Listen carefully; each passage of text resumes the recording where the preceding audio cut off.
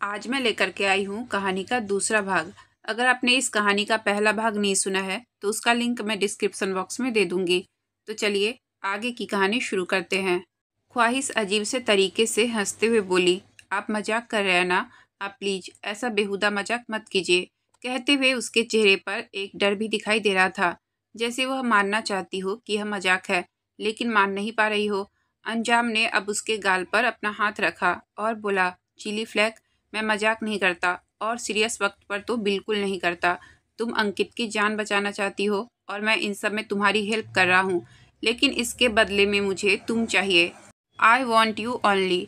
चुप, प्लीज चुप हो जाइए। ख्वाहिश ने अपने कानों पर अपना हाथ रखते हुए कहा, जैसे वह यह सब बातें सुनना भी नहीं चाहती हो। अंजाम उसकी तरफ ही देख रहा था। ख्वाहिश उसे देखते हुए बोली, आपको मुझसे जो मजाक करना है कर लीजिएगा, लेकिन पहले मुझे मेरे अंकित के पास जाना है। प्लीज मुझे जाने दीजिए। उसके होठों से एक बार फिर से मेरे अंकित सुनकर अब अंजाम का गुस्सा बढ़ रहा था। ख्वाहिश उससे अलग हुई और दरवाजे की तरफ बढ़ गई। अभी उस वक्त अंकित का सारा ट्रीटमेंट रोक दीजिए। एक सिंगल इंजेक्शन तक उसकी बॉडी में नहीं जाना चाहिए, अंजाम ने किसी से फोन पर कहा। उसकी बात सुनकर दरवाजे के बाहर खड़ी ख्वाहिश के कदम रुक गए थे। उसकी पूरी बॉडी एकदम से सुन्न हो गई। उसने पलटकर अंजाम की तरफ देखा, जिसके हाथ में फोन अभी भी था। वह जल्दी से उसके पास आई और बोली, यह क्या कर रहे हैं आप? प्लीज ऐसा मत कीजिए। अंकित, मेरा अंकित। वह अभी बोल ही रही थी कि अंजाम ने जोर से अपना फोन सामने दीवार पर फेंका और ख्वाहिश के सर को पीछे से पकड़कर उसके बालों को अपनी मुट्ठी में कस लिया। अंजाम को इस तरह देखकर ख्वाहिश और भी ज्यादा डर गई। वह सोचते हुए उसे देख रही थी। अंजाम उसकी आंखों में देखते हुए बोला, कहा था ना मैं तुमसे कि मैं अपनी बातें बार बार नहीं दोहराता, लेकिन शायद तुम्हें समझ नहीं आया। एक आखिरी बार और बता रहा हूँ कि मेरे अलावा अब कोई तुम्हारा नहीं है और तुम सिर्फ मेरी हो। ख्वाहिश रोते हुए बोली, प्लीज ऐसा मत कीजिए।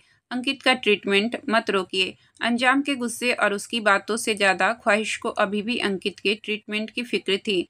अंजाम ने उसके बालों को कसकर पकड़ा हुआ था, लेकिन ख्वाहिश को अपना दर्द महसूस नहीं हो रहा था।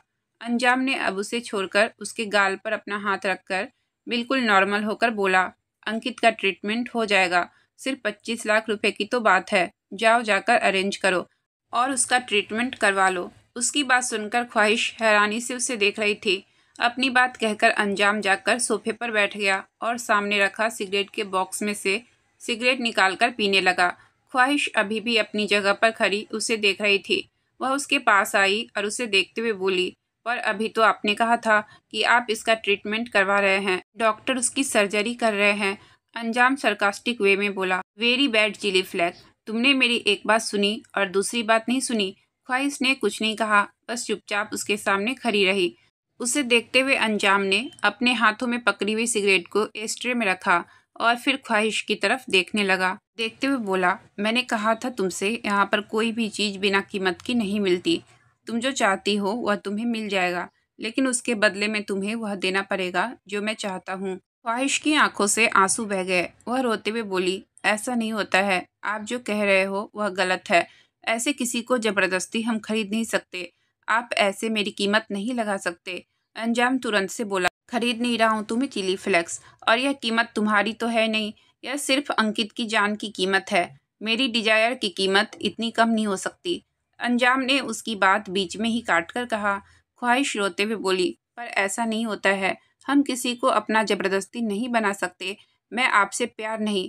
अंजाम उसकी बात बीच में ही काट कर बोला, तो मैंने कब कहा कि मैं तुमसे प्यार करता हूँ? प्यार तो मुझे खुद से भी नहीं है। मुझे सिर्फ तुम्हें पाने की डिजायर है। Just want you, no matter how, but I want you. और यह डिजायर कब तक रहेगी? आई डोंट नो, बस आई जस्ट वॉन्ट यू। कहते हुए अंजाम अपनी जगह से उठकर ख्वाहिश के करीब आया।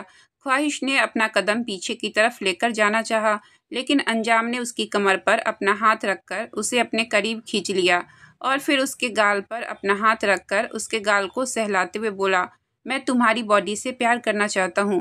कहते हुए अंजाम की नज़रें ख्वाहिश की गर्दन पर चल रही थी। ख्वाहिश ने अपनी आंखें बंद कर ली। उसके हाथ अंजाम को खुद से दूर कर रहे थे। अंजाम ने मुस्कुराते हुए उसे देखा और फिर खुद ही उससे दूर हो गया। वह साइड टेबल की तरफ बढ़ा और फिर वहां से एक फ़ोन निकालकर वापस आया। ख्वाहिश उसे ही देख रही थी। अंजाम ने एक फ़ोन मिलाया और फिर स्पीकर ऑन कर फ़ोन पर बोला, कितना वक्त है अंकित के पास? सामने से डॉक्टर ने कहा, मुश्किल से 2 घंटे। अगर 2 घंटे में उनकी सर्जरी नहीं हुई तो he will be dead. Doctor की आवाज़ सुनकर ख्वाहिश के होश उड़ गए। वह जल्दी से फ़ोन की तरफ बढ़ने लगी, लेकिन अंजाम ने फ़ोन कट कर दिया और मिक्स एक्सप्रेशन के साथ ख्वाहिश को देखने लगा। ख्वाहिश अपनी भरी हुई आंखों से उसे देख रही थी। अंजाम उसे देखते हुए बोला, now decision is your chilli flag. Deal के बारे में तुम तो जानती हो, कीमत भी तुम्हें पता है। जो फैसला हो बता देना। अगर हाँ है तो आज के बाद मेरी इजाज़त के बिना तुम कहीं नहीं जाओगी, और अगर ना है तो मेरा ड्राइवर तुम्हें खुद हॉस्पिटल छोड़ आएगा। कहकर ख्वाहिश को एक गहरी नज़र से देखकर अंजाम कमरे से बाहर चला गया। ख्वाहिश नीचे ज़मीन पर बैठ गई। उसे ऐसा लग रहा था जैसे पूरी दुनिया ही उसके लिए ख़त्म हो गई हो। डॉक्टर की बात अभी भी उसके कानों में गूंज रही थी। उसकी आंखों के सामने अंकित का हंसता मुस्कुराता हुआ चेहरा घूम रहा था, और जिस पर अंजाम की वह छुअन महसूस हो रही थी, जो उसे लगातार चुभ रही थी। उसकी आंखों से बहते हुए आंसू जमीन पर गिर रहे थे। वह करीबन आधे घंटे यूं ही बैठी रही। उसे बिल्कुल होश नहीं था, वह कहाँ है और क्यों है। उसके सामने बस अंकित का चेहरा घूम रहा था। कुछ देर बाद उसने सामने वॉल पर लगी हुई बड़ी सी घड़ी में देखा, जहां अब अंजाम के दिए हुए वक्त के हिसाब से 1 घंटा बीत चुका था। उसने अपने आंसू साफ किए और फिर अपनी जगह से खड़ी हो गई। वह अपनी आंखें बंद करके बोली, I love you Ankit, I love you. अंजाम जो बाहर हॉल में बैठा था, सामने लैपटॉप की तरफ देखते हुए उसकी मुट्ठियां कस गई। ख्वाहिश बाहर आई और सब जगह अपनी नज़र घुमाते हुए देखने लगी। वह फार्म हाउस बहुत ही बड़ा था। उसने ध्यान दिया तो एक तरफ से उसे सिगरेट के जलने की स्मेल आ रही थी। वह उस स्मेल को पहचान सकती थी। अभी कुछ देर पहले ही अंजाम ने उसके सामने ही सिगरेट पी थी। कुछ दूरी पर जाकर उसे अंजाम हॉल में सोफे पर बैठा हुआ दिखाई दिया। वह अपने भारी कदमों से चलते हुए उसके पास आई और उसके सामने आकर खड़ी हो गई। अंजाम की आंखें बंद थी, लेकिन ख्वाहिश को अपने पास महसूस कर उसके चेहरे पर एक तिरछी मुस्कुराहट आ गई। कुछ देर बाद ख्वाहिश कमरे से बाहर आई। उसका चेहरा बिल्कुल एक्सप्रेशनलेस था। कुछ ही दूरी पर आकर उसे अंजाम हॉल में सोफे पर बैठा हुआ दिखाई दिया। वह अपने भारी कदमों से चलते हुए उसके पास आई और उसके सामने आकर खड़ी हो गई। अंजाम की आंखें बंद थी, लेकिन ख्वाहिश को अपने पास महसूस करके उसके चेहरे पर एक तिरछी मुस्कुराहट आ गई। उसने आंखें बंद किए ही पूछा, सो डिसीजन ले लिया तुमने चिली फ्लैग? ख्वाहिश ने एक गहरी सांस ली और कुछ कहने को हुई, लेकिन उसके कहने से पहले ही अंजाम एक बार फिर से बोला, चिली फ्लैक्स, मुझे भूख लगी है, प्लीज मेरे लिए नाश्ता बना दो। तुम्हारे चक्कर में मैंने सुबह से कुछ खाया ही नहीं है। ख्वाहिश हैरानी से उसे देख रही थी। वह वहाँ उसे अपना फैसला सुनाने आई थी और वह कुछ बोलने की कोशिश कर रही थी, लेकिन अंजाम अपनी आंखें बंद किए हुए उसे ही अपनी बातें सुना रहा था। वह अंजाम की तरफ देखते हुए बोली, मुझे आपसे कुछ कहना है। उसकी बात सुनकर अंजाम ने अपनी आंखें खोलकर उसे देखा और अपना हाथ उसकी तरफ बढ़ाकर उसे अपने पास आने का इशारा किया। ख्वाहिश को बहुत अजीब लग रहा था, फिर भी धीरे धीरे कदमों से वह अंजाम के पास गई। जब वह बिल्कुल उसके करीब पहुंच गई तो अंजाम ने उसका हाथ पकड़ा और फिर एक झटके से उसे अपने ऊपर गिरा लिया। ख्वाहिश की धड़कन तेजी से बढ़ गई। उसके हाथ अंजाम के सीने और कंधे पर थे। उसने जो कपड़े पहने हुए थे वह काफ़ी लूज थे और अंजाम पर गिरने की वजह से उसके कंधे काफ़ी ज़्यादा दिखाई दे रहे थे। उसने जल्दी से अपना हाथ रखकर खुद को ढकने की कोशिश की। अंजाम ने उसके गाल पर अपना हाथ रखा और बोला, चिली फ्लेक्स, आई नो तुम क्या कहना चाहती हो। जिन चेहरों को मैं एक बार एक नज़र देखा भी नहीं, मैं उन्हें भी पढ़ना जानता हूँ। तो तुम्हारा चेहरा तो दिल और दिमाग में छप चुका है। तुम्हें नहीं जानूंगा क्या मैं? कहते हुए उसकी नज़रें ख्वाहिश के चेहरे पर घूम रही थी और साथ ही साथ उसकी गर्दन के नीचे भी। ख्वाहिश अनकंफर्टेबल होने लगी और अंजाम की पकड़ से छूटने के लिए वह कसमसा रही थी।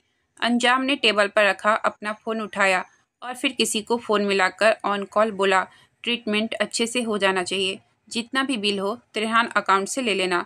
सिर्फ इतना कहकर उसने फ़ोन कट कर दिया।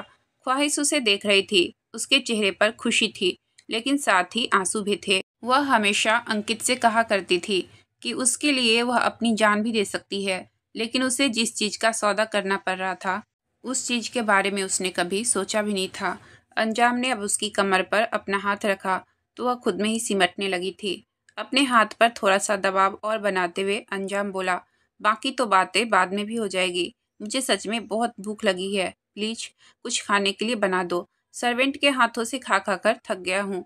उसकी बात सुनकर ख्वाहिश हैरानी से उसे देख रही थी, पर फिलहाल वह उसकी किसी बात पर उसे मना नहीं कर सकती थी।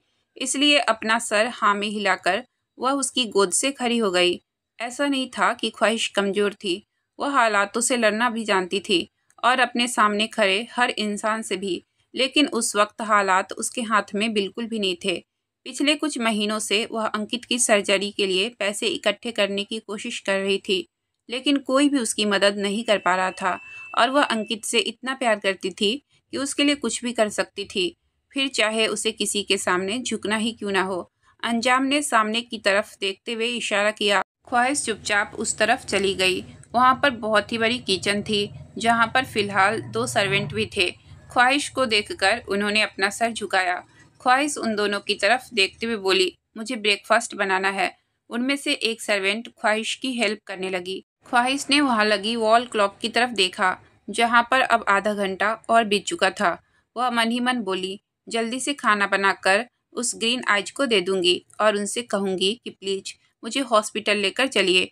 वह जो चाहते हैं मैं करूंगी, लेकिन मुझे अंकित से मिलना है, उसे ठीक होते हुए देखना है। कहते हुए उसकी आंखों में पानी आ गया था। Chilli flakes. उस वक्त उसके कानों में एक आवाज़ सुनाई दी तो ख्वाहिश के आंसू वहीं पर रुक गए। वह जल्दी से सामने की तरफ देखने लगी। अंजाम ने किचन में आते हुए सर्वेंट को इशारा किया तो वह दोनों सर्वेंट वहां से चली गई। अंजाम ख्वाहिश के करीब आया और फिर उसे देखते हुए बोला, तुम्हें खाना बनाना आता है? हाँ, थोड़ा थोड़ा। ख्वाहिश अभी बोल ही रही थी कि अंजाम ने पीछे से आकर उसे अपनी बाहों में भर लिया और फिर उसके हाथ को अपने हाथों में जकड़ लिया। ख्वाहिश के हाथों में चाकू था। उसका हाथ बुरी तरह से कांप रहा था, इसलिए वह चाकू उसके हाथों से गिर गया। लेकिन अब अंजाम ने उसके हाथ को अपने हाथों में जकड़ कर वह चाकू फिर से उठाया और फ्रूट काटने लगा। सर्वेंट ने उसे बताया था कि अंजाम रात को सिर्फ फ्रूट सैलेड खाता है। अंजाम ने अपने दूसरे हाथ से एप्पल लिया और फिर ख्वाहिश के हाथ में पकड़े हुए चाकू पर अपनी थोड़ी पकड़ बनाते हुए उसे कट करने लगा। ख्वाहिश की पूरी बॉडी कांप रही थी। भले ही वह अंकित से प्यार करती थी, लेकिन आज तक वह कभी अंकित के इतने करीब नहीं गई थी जितना वह अंजाम के करीब आ रही थी। एक अजीब सी बेचैनी उसके दिल में हो रही थी। वह जल्दी से अपना हाथ छुड़ाते हुए उससे अलग हुई और अंजाम की तरफ देखते हुए बोली, अब आप प्लीज मुझे हॉस्पिटल ले चलिए। मुझे एक बार अंकित को देखना है। प्लीज मेरी इतनी सी बात मान लीजिए। अंजाम हल्का सा मुस्कुराते हुए उसे देख रहा था। उसने उसके गाल पर अपना हाथ रखा और बोला, तुम्हें मुझसे इतनी रिक्वेस्ट करने की ज़रूरत नहीं है चिली फ्लेक्स। मैं तुम्हें वहाँ लेकर जाऊँगा, लेकिन सिर्फ आखिरी बार। उसके बाद कभी अंकित का नाम भी तुम्हारे होठों पर नहीं आना चाहिए। You are my desire and don't like मेरी डिजायर किसी और की डिजायर हो। ख्वाहिश का कपकपाना अब कम हो चुका था। अंजाम फिर से उसे देखते हुए बोला, पहले मुझे सैलेड खिला दो, उसके बाद सोचते हैं क्या करना है। ख्वाहिश ने अपना सर हाँ में हिला दिया। अंजाम बाहर डाइनिंग टेबल पर आया। कुछ देर बाद ख्वाहिश भी अपने हाथों में एक ट्रे लेकर आई जिसमें फ्रूट सैलेड से भरा हुआ था। उस ट्रे को अंजाम के सामने रखकर ख्वाहिश बोली, आप खाइए, मैं तब तक आती हूँ। इतना कहकर वह वहाँ से जाने लगी। अंजाम ने उसका हाथ पकड़कर उसे रोका और फिर खींचते हुए अपनी गोद में बैठा लिया। ख्वाहिश एकदम से कांप गई। वह अपनी बड़ी बड़ी आंखों से अंजाम को देख रही थी। अंजाम उसकी गर्दन पर अपना हाथ रखकर अपने अंगूठे से उसके होठों को सहलाते हुए बोला, अगर मुझे यूं ही खाना होता तो मैं किसी सर्वेंट को भी बोल सकता था, मुझे तुम्हारे हाथों से खाना है चिली फ्लेक्स। कहते हुए उसने ख्वाहिश का हाथ पकड़ लिया।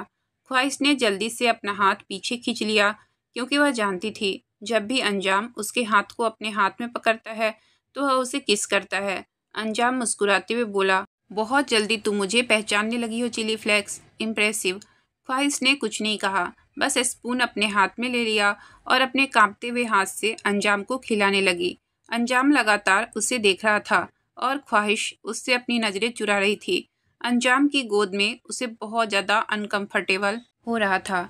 वह बस जल्दी से जल्दी उसे खिलाकर फ्री होना चाहती थी ताकि दोनों हॉस्पिटल जा सके। कुछ देर बाद खाना खत्म हुआ तो अंजाम उसे अपनी गोद में लेकर खड़ा हुआ और रूम की तरफ लेकर बढ़ने लगा। ख्वाहिश जल्दी से बोली, हम रूम में क्यों जा रहे हैं? हमें तो हॉस्पिटल जाना है ना। अंजाम एक्सप्रेशनलेस होकर बोला, अभी नहीं चिली फ्लेक्स, अब मैं थक चुका हूँ।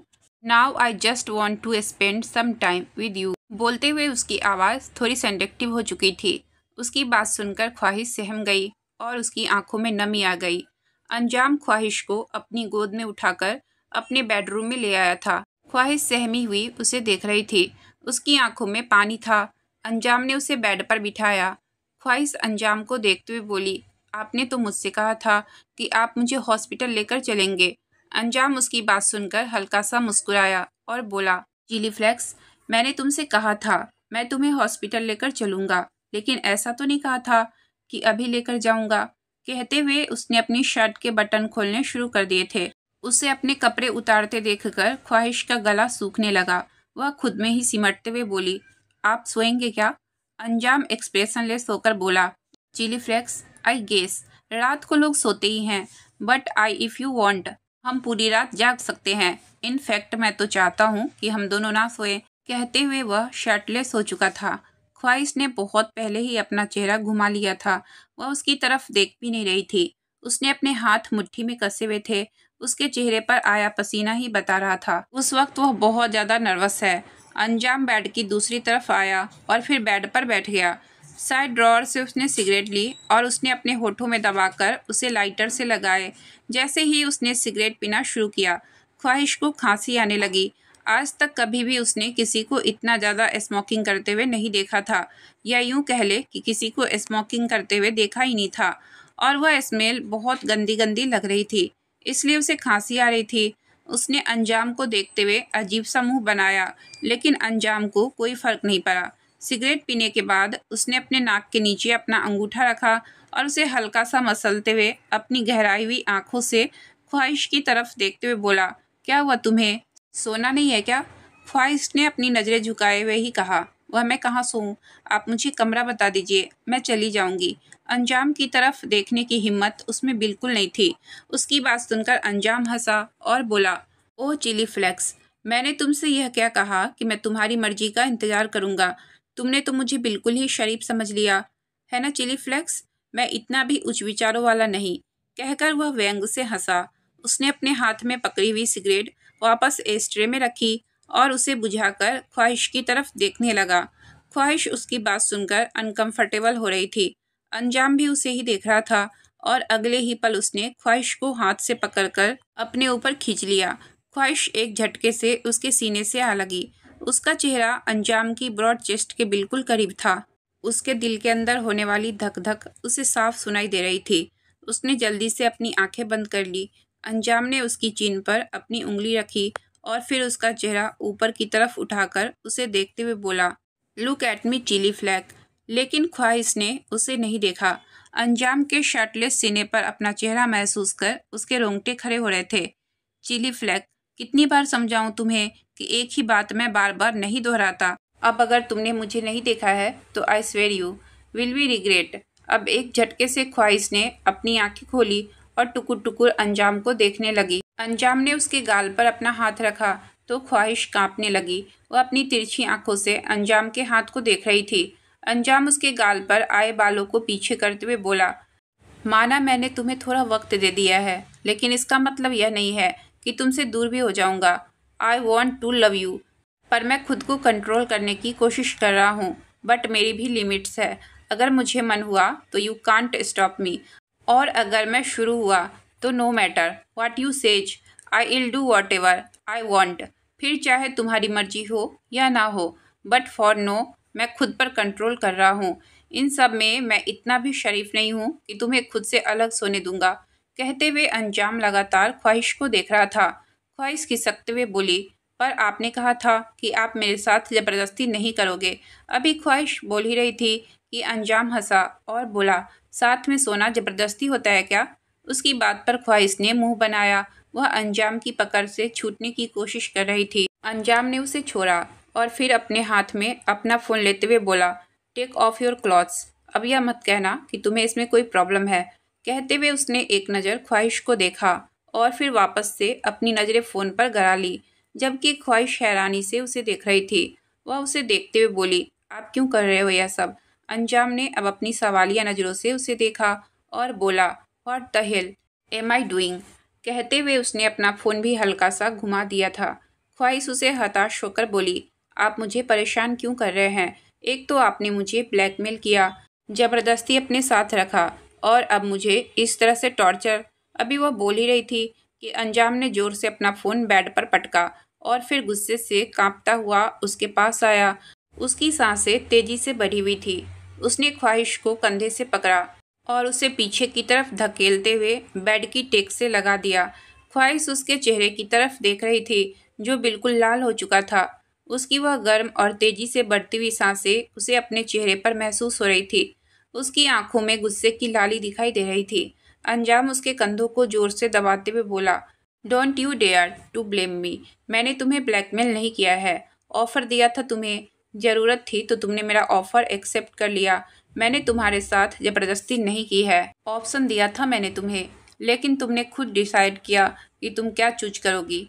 और अब मेरी तरफ से डील लॉक हो गई, तो अब तुम मुझे ब्लेम कर रही हो कि मैंने तुम्हारे साथ ज़बरदस्ती की। अगर ज़बरदस्ती करना चाहूँ ना तो ख्वाहिश शेरगिल तुम्हें कपड़े उतारने के लिए नहीं कहता, बल्कि तुम्हारे कपड़े फाड़ कर उतारता, और उसके बाद जो होता वह भी ज़बरदस्ती नहीं होता, क्योंकि हमारे डील के हिसाब से तुमने खुद को मुझे बेचा है।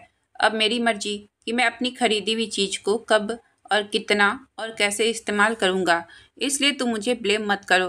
कहते हुए उसका चेहरा और भी ज़्यादा लाल हो चुका था। ख्वाहिश बिल्कुल सहमी हुई दरवाजे से लगी हुई थी। गुस्से से उसे देखते हुए अंजाम ने एक झटके से उसे छोड़ा और फिर बेड की तरफ गया, जहाँ पर उसका फ़ोन बज रहा था। फ़ोन पर फ्लैश हो रहे नंबर को देखकर उसकी भौहें और भी ज़्यादा तन गई। उसने गुस्से से एक नज़र फिर से ख्वाहिश को देखा और फिर अपने वार्डरोब की तरफ बढ़ा।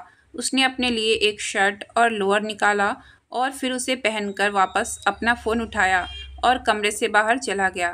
ख्वाहिश बस उसे जाते हुए देखती रह गई। उसके कानों में बस एक ही बात गूंज रही थी, हमारी डील के हिसाब से तुमने खुद को मुझे बेचा है। त्रेहान मेंशन, एक महल से भी ज़्यादा बड़ा और आलीशान घर, जिसकी चार दीवारी तक पूरी कांच की बनी हुई थी। बाहरी एरिया की जगमगाती हुई लाइट काफ़ी दूर तक साफ दिखाई दे रही थी, लेकिन मेंशन के अंदर लगे हुए पर्दों की वजह से अंदर का कुछ दिखाई नहीं दे रहा था। करीबन 10 से 12 गार्ड्स अपनी यूनिफॉर्म में हाथों में हथियार पकड़े उस मेंशन की पहरेदारी कर रहे थे। एक महंगी गाड़ी बड़ी ही तेजी से मेंशन के अंदर एंटर हुई और बिल्कुल दरवाजे के बाहर गुस्से में जलता हुआ अंजाम ड्राइविंग सीट से बाहर निकला और फिर घर के अंदर एंटर हुआ। ख्वाहिश को फार्म हाउस में छोड़कर अंजाम त्रेहान मेंशन के लिए निकल चुका था। जैसे ही उसकी गाड़ी त्रेहान मेंशन के अंदर एंटर हुई, वह गाड़ी से बाहर निकला और फिर बड़ी ही तेजी से मेंशन के अंदर गया। बाहर से ही उस मेंशन की खूबसूरती का अंदाज़ा लगाया जा सकता था कि वह कितना ही ज़्यादा आलीशान और कितना ही ज़्यादा नायाब होगा, लेकिन हर जगह की खूबसूरती और महंगी चीज़ों से भरे इस आलीशान महल में बिल्कुल ही सन्नाटा छाया हुआ था। अंजाम अपने तेज कदमों से बढ़ता हुआ अंदर आया और फिर सीधा सीढ़ियां चढ़ते हुए फर्स्ट फ्लोर पर चला गया। एक बेहद आलीशान कमरा, जिसका दरवाज़ा फ़िलहाल बंद था, लेकिन जैसे ही उसने दरवाजे पर हाथ लगाया, दरवाज़ा पूरा खुल गया। सामने ही बेड था, जहाँ पर एक लड़की लेटी हुई थी। अंजाम धीरे धीरे कदमों से बिस्तर के पास आया और उस लड़की को देखने लगा। करीबन 22 से 23 साल की वह लड़की, जो दिखने में बहुत ही खूबसूरत थी, पर वह बिल्कुल शांत थी, लेकिन वह अपने आसपास मशीनों से घिरी हुई थी। उस वक्त एक नर्स अंजाम के पास आई और उसे देखते हुए बोली, सॉरी मिस्टर त्रेहान, मुझे आपको इतनी देर रात फ़ोन करना पड़ा, लेकिन प्रिशा शायद आपको याद कर रही थी। वह कुछ देर पहले काफ़ी पैनिक कर रही थी, और आप जानते ही हो कि जब भी यह पैनिक करती हैं तो इनका इशारा होता है कि वह आपसे मिलना चाहती हैं। अंजाम ने बेड पर लेटी हुई अपनी छोटी बहन त्रिशा की तरफ देखा और फिर नर्स से बोला, इट्स ओके, आप मुझे कभी भी कॉल कर सकती हैं। मेरी त्रिशा के लिए मैं कुछ भी कर सकता हूँ। कहते हुए वह त्रिशा के बगल में ही बैठ गया। उसने त्रिशा का हाथ अपने हाथों में पकड़ा और फिर उसके सिर पर अपना दूसरा हाथ रखकर उसके बालों को सहलाने लगा। उसके चेहरे की एक्सप्रेशन लगातार बदल रहे थे। कभी त्रिशा को देखते हुए वह मुस्कुराता, तो कभी उसका चेहरा गुस्से से लाल हो जाता और कभी आंखों में बेहद लाली छाने लगती, जो साफ बता रही थी कि उस वक्त उसका मन कर रहा था कि जिसके बारे में भी वह सोच रहा है वह उसकी जान ले ले। कुछ देर वह त्रिशा के पास यूं ही बैठा रहा। त्रिशा कोमा में थी, इसलिए वह बोल नहीं सकती थी और ना ही कुछ रिस्पॉन्स दे सकती थी, सिर्फ सुनती और देखती थी। कभी कभी उसकी हार्ट बीट बहुत ज़्यादा बढ़ जाती थी, जो इशारा होता था कि शायद उसकी हालत खराब हो रही है, इसलिए नर्स अंजाम को बुला लेती थी। अंजाम त्रिशा की तरफ देखते हुए बोला, डोंट वरी त्रिशा, तुम बहुत जल्दी ठीक हो जाओगी। तुम्हारा बिग ब्रो है ना तुम्हारे पास, यह तुम्हें कुछ नहीं होने देगा। बस एक बार तुम ठीक हो जाओ, उसके बाद आई स्वेयर जिसकी वजह से तुम्हारी यह हालत हुई है उससे मैं तरपा तरपा कर मारूंगा। कुछ देर बाद सुबह के करीबन 4 बजे अंजाम त्रिशा के कमरे से बाहर निकला और फिर सीढ़ियां उतरते हुए नीचे आया। वह बाहर की तरफ जा ही रहा था कि एक आवाज़ उसके अपने कानों में सुनाई दी, जो काफ़ी गंभीर थी। अंजाम के कदम रुक चुके थे, लेकिन उसने अभी भी उस शख्स की तरफ पलटकर नहीं देखा था। करीबन 50 से 60 साल का एक शख्स वहाँ हॉल के बीचों बीच आया और फिर अंजाम की तरफ देखते हुए बोला, इतनी जल्दी जा रहे हो? कुछ देर यहाँ रुक जाओ, हमें अच्छा लगेगा। उनकी बात सुनकर अंजाम के चेहरे पर एक व्यंग भरी मुस्कुराहट आ गई, लेकिन अभी भी वह शख्स की तरफ नहीं पलटा। इस वक्त एक आवाज़ और अंजाम के कानों में सुनाई दी, लेकिन इस बार आवाज़ थोड़ी नरम थी। करीबन 50 से 52 साल की एक औरत अंजाम के सामने आई और उसे देखते हुए बोली, आज कितने दिनों बाद तुम घर वापस आए हो? कुछ देर हमारे पास ही रुक जाओ। क्यों, मेरी क्या ज़रूरत है आपको? आपकी वह फेवरेट। अभी उसने इतना ही कहा था कि उसे एक और आवाज़ आई, जो कि किसी की हिचकी लेने की थी। बिना उस तरफ देखे जहाँ से वह आवाज़ आई थी, अंजाम पहचान सकता था कि वह आवाज़ किसकी है। उसके चेहरे पर एक तिरछी मुस्कुराहट तैरने लगी। ब्लैक कलर की short leather dress, high heels, straight बाल और होठों पर रेड लिपस्टिक लगाई वर्तिका बाहर से अंदर आ रही थी। अंदर आकर जब उसकी नज़रें अंजाम पर गई तो वह एकदम से चौंक गई और उस वक्त उसे हिचकियाँ आने लगी। लड़खड़ाते हुए वह अंजाम की तरफ आई। उसके हाथों में उस वक्त एक वाइन की बोतल थी। ओह डियर हबी, तुम और यहाँ, क्या बात है? आज तुम्हारा कोई वन नाइट स्टैंड नहीं है क्या? कहते हुए वह मुस्कुराई और फिर वाइन की बोतल अपने होठों से लगाकर वाइन पीने लगी। उस वक्त वह पूरी तरह नशे में चूर थी, लेकिन फिर भी वह और भी ज़्यादा पी रही थी। अंजाम गुस्से से उसकी तरफ देख रहा था। उसके चेहरे की नसें तन रही थी। हर्ष त्रेहान, अंजाम के डैड, जिन्होंने अभी अभी अंजाम को रोका था, अंजाम की मॉम कामाक्षी को देखते हुए बोले, वर्तिका को अंदर ले जाओ। लेकिन इससे पहले कि कामाक्षी जी वर्तिका का हाथ पकड़ती, वर्तिका उनसे दूर हो गई और उन्हें देखते हुए बोली, सॉरी मदर इन लॉ, आज मैंने कुछ ज़्यादा ही पी ली है। क्या करूं? इंजॉय करते हुए मुझे कब देर हो गई पता ही नहीं चला। नींद आ रही थी तो सोचा वहीं पर रुक जाती हूँ, लेकिन फिर सुबह आप लोगों का भाषण सुनने को मिलता, इसलिए घर पर आ गई। पर घर पर आने के लिए भी तो एनर्जी चाहिए ना, इसलिए और ज़्यादा पीनी पड़ रही है। कहते हुए वह बार बार अपनी आंखें झटका रही थी, क्योंकि अब वह अपनी आंखें पूरी तरह से खोल भी नहीं पा रही थी। और हाँ फादर इन लॉ, आप मुझे अंदर जाने का क्यों बोल रहे हो? आपको दिखाई नहीं दे रहा है क्या? माय डियर हबी अभी अभी घर आया है। शायद आज इन्हें अपने वन नाइट स्टैंड के लिए कोई लड़की नहीं मिली है, इसलिए यह मेरे पास चले आए हैं। But I am not interested him. कहते हुए उसने अंजाम की तरफ अपनी उंगली पॉइंट की। अब तक अंजाम ने अपना गुस्सा कंट्रोल किया हुआ था, लेकिन इससे ज़्यादा कंट्रोल वह नहीं कर सकता था। उसने अपने डैड हर्ष त्रेहान की तरफ देखा और फिर व्यंग से बोला, बहुत पसंद थी ना आपको यह सुंदर, सुशील और संस्कारी लड़की? क्या कहा था आपने? इससे शादी करके मेरी पूरी ज़िंदगी बदल जाएगी। ज़िंदगी का तो पता नहीं, लेकिन हमारे रिश्ते बहुत बदल चुके हैं।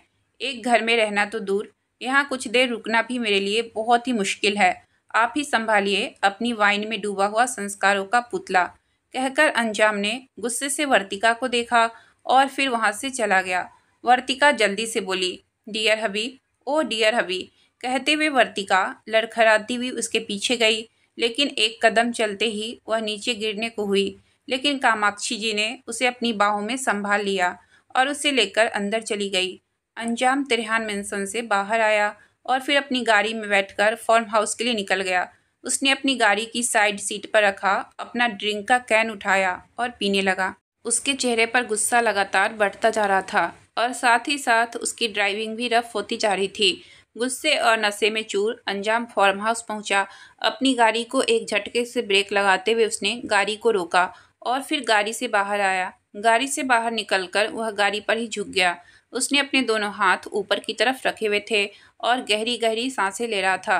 अचानक से उसने अपने हाथ को जोर से गाड़ी पर मारते हुए वह बोला, हाँ, हूँ मैं प्ले बॉय, सो व्हाट, होते हैं मेरे one night stand, so what, मैं जैसा हूँ वैसा ही रहूँगा। इस दुनिया में हर इंसान अपनी ज़रूरतें पूरी करता है और अगर मैं कर रहा हूँ तो क्या ही प्रॉब्लम है। यहाँ हर चीज़ की कीमत होती है, तो मैं मुझे जो चाहिए उसे मैं कीमत देकर हासिल कर रहा हूँ, तो गलत क्या है। वह गुस्से से बोल रहा था और अचानक ही ख्वाहिश की बातें उसके जहन में एक बार फिर से ताज़ा हो गई। आप मुझे परेशान क्यों कर रहे हैं? एक तो आपने मुझे ब्लैकमेल किया, ज़बरदस्ती अपने साथ रखा और अब मुझे यह गंदी। अब उसका गुस्सा और भी बढ़ गया था। उसका पूरा चेहरा गुस्से से कांप रहा था। उसने जोर से एक बार फिर से अपना हाथ अपनी गाड़ी पर मारा और बोला, हाँ, कर रहा हूँ मैं ज़बरदस्ती, सो व्हाट। इस दुनिया में हर चीज़ बिकाऊ है और अंजाम तिरहान को जो पसंद आता है वह खरीद लेता है, चाहे फिर वह इंसान हो या फिर कोई चीज़ हो, डजंट मैटर। अगर इतना ही बुरा लग रहा है तो बिकाऊ बनो ही मत। कहते हुए उसके सामने वर्तिका का पूरा चेहरा घूम रहा था। उसने गहरी सांस ली और फिर फार्म हाउस के अंदर आया। उसके कदम लड़खड़ा रहे थे। वह सीधा अपने कमरे में आया। दरवाज़ा खोलते ही उसकी नज़र सामने बेड पर गई, जहाँ पर ख्वाहिश सो रही थी। कमरे की लाइट ऑन थी। शायद वह यूं ही कुछ सोचते सोचते सो गई थी, इसलिए उसने लाइट ऑफ नहीं की। उसने अपनी शर्ट उतारी और फिर ख्वाहिश की तरफ बढ़ गया। वह ख्वाहिश को देखते हुए बोला, तुम पसंद आई थी मुझे, लेकिन मेरे सामने जुबान खोलने की औकात मेरी पसंद को भी नहीं है। तुम्हें हासिल करना चाहता हूँ, इसका मतलब यह बिल्कुल नहीं है कि दीवाना बनकर तुम्हारे आगे पीछे घूमता फिरूंगा। अंजाम तिरहान किसी से कुछ मांगता नहीं, छीनता है, फिर सामने वाला चाहे रोए, मरे या जिए। कहते हुए वह ख्वाहिश को देख रहा था। लोअर पहना हुआ वह बेड पर बैठा और फिर ख्वाहिश की तरफ देखते हुए बोला, गेट अप चिली फ्लेक्स। उसकी आवाज़ सुनकर ख्वाहिश एक झटके से उठ गई। अपनी बड़ी बड़ी आंखों से वह अंजाम की तरफ देख रही थी, जिसका पूरा चेहरा लाल था और वह पसीने से भींगा हुआ था। अब तक वह गहरी नींद में आराम से सोई हुई थी, लेकिन अब आंखें खुलते ही उसे ठंड लगने लगी थी। लेकिन एसी का टेम्परेचर काफ़ी ज़्यादा नहीं था। उसे देखते हुए अब अंजाम ने अपने हाथ को आगे किया और फिर अपनी उंगलियों को हिलाते हुए उसे अपनी तरफ आने का इशारा किया। ख्वाहिश ने अपना थूक गटक लिया। उस वक्त उसे अंजाम बहुत ही ज़्यादा अजीब लग रहा था। दूर से ही पता चल रहा था कि शायद वह नशे में है। उसे इस तरह देखकर ख्वाहिश को बहुत डर लग रहा था। अंजाम उसे देखते हुए बोला, तुम्हें समझ नहीं आ रहा है या तुम मुझे नज़रअंदाज कर रही हो?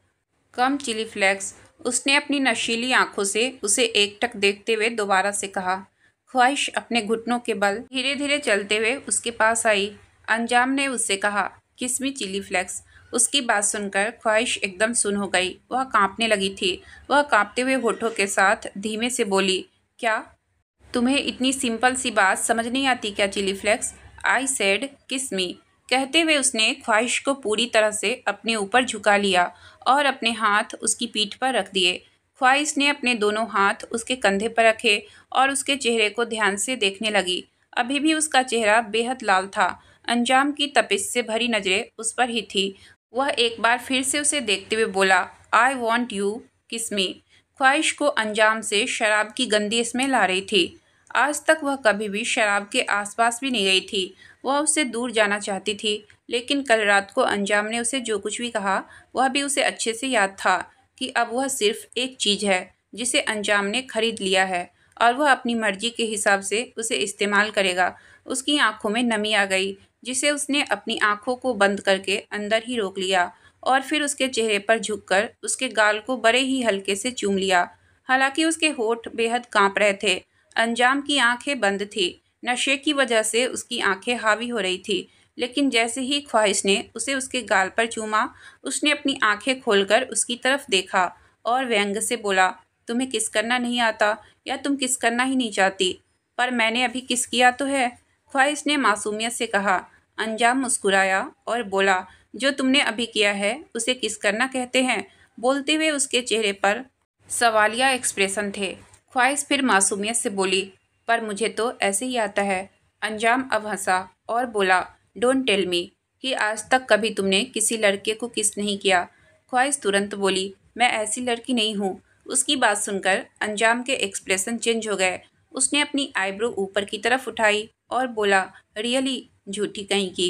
वेल, मुझे कोई प्रॉब्लम नहीं है, तुमने कितने के साथ भी कुछ भी किया हो, लेकिन अब जब तक तुम मेरे साथ हो तब तक ना ही तुम किसी और को हाथ लगाओगी और ना ही तुम्हें कोई हाथ लगाएगा। You are only mine, only mine.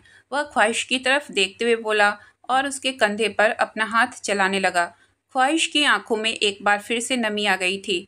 वह आज तक किसी भी लड़के के करीब नहीं गई थी, लेकिन अंजाम उसे गलत समझ रहा था। अंजाम ने उसकी गर्दन पर अपना हाथ रखकर उसके होठों को रब करना शुरू किया और बोला, वैसे तुम भी बाकी लड़कियों की तरह यह सती सावित्री बनने का नाटक क्यों कर रही हो? वैसे गलती तुम्हारी नहीं है, तुम लड़कियों की आदत होती है खुद को अच्छा दिखाने की, चाहे अंदर से तुम्हारे दिल कितने ही काले क्यों ना हो। ख्वाहिश हैरानी से उसकी बात सुन रही थी। अंजाम ने अब पूरी तरह से उसके चेहरे को अपने चेहरे पर झुका लिया और बेहद मदहोशी भरी आवाज़ में बोला, just kiss me like you are hungry for me. ख्वाहिश बस उसे देख रही थी। उसे सच में नहीं पता था कि अंजाम उसे कौन सी किस के बारे में कह रहा है। उसने एक बार फिर से उसके दूसरे गाल पर अपने होठ रखे तो इस बार अंजाम ने गुस्से से उसे देखा। उसके इस तरह गुस्से से देखने से ख्वाहिश और भी ज़्यादा डर गई, लेकिन अब अंजाम नहीं रुका। उसने उसकी कमर को पूरी तरह से कसते हुए उसे बेड पर लिटाया और फिर उसके ऊपर झुक गया। अगले ही पल उसके होठ ख्वाहिश के होठों पर थे और वह उन्हें चूम रहा था। ख्वाहिश एकदम से सुन रह गई। उसने सोचा भी नहीं था कि इस तरह की किस भी होती है। शुरू से अनाथ आश्रम में पली बढ़ी और लड़कियों के ही स्कूल और कॉलेज में सीमित रहने वाली ख्वाहिश को इन सब चीज़ों के बारे में कोई समझ नहीं थी। हाँ, ऑफिस में कई बार लड़कियां ऐसी बातें करती थी, लेकिन वह हमेशा ऐसी बातों को इग्नोर करके अपने काम पर ध्यान देती थी। अंजाम उसके होठों को चूम रहा था और ख्वाहिश अपने होठों को और भी ज़्यादा कसकर बंद करने की कोशिश कर रही थी। वह एक बार भी अपना मुंह नहीं खोल रही थी और यह बात अब अंजाम को और भी ज़्यादा इरिटेट कर रही थी। उसने उसके होठ को छोड़ा और फिर उसके चेहरे की तरफ देखकर मदहोशी भरी आवाज़ में बोला, open your mouth chilli flakes. ख्वाहिश डरी सहमी उसे देख रही थी, लेकिन अभी भी उसने अपना मुंह नहीं खोला था, बल्कि अजीब सा मुंह बनाने लगी क्योंकि उसे अंजाम के मुंह से शराब की बहुत ज़्यादा स्मेल आ रही थी। अब अंजाम थोड़ी सर्द आवाज़ में बोला, चिली फ्लेक्स, मुझे तुम्हें फील करना है। लेकिन मुंह खोलने की बजाय ख्वाहिश वहाँ से साइड हटने लगी तो अंजाम का गुस्सा और भी ज़्यादा बढ़ गया। उसने उसके कंधे पर अपना हाथ रखा और फिर उसके होठों पर अपना अंगूठा रखकर उसके मुंह को खोलने की कोशिश करने लगा। ख्वाहिश अपना चेहरा इधर उधर हिलाने लगी, लेकिन अंजाम के आगे उसकी हर कोशिश बेकार थी। अंजाम ने उसके होठों को पाउट बनाते हुए ही खोल दिया और अगले ही पल अपने होठ उसके होठों पर रखकर एक बार फिर से उसे किस करने लगा। ख्वाहिश को अब और भी ज़्यादा गंदा फील होने लगा। उसे बहुत अजीब लग रहा था। उसने खुद को रोकने की कोशिश की, लेकिन रोक नहीं पाई और एक झटके से अंजाम को धक्का देते हुए बेड से खड़ी होकर वॉशरूम की तरफ भाग गई। अंजाम ने गुस्से से उसे देखा।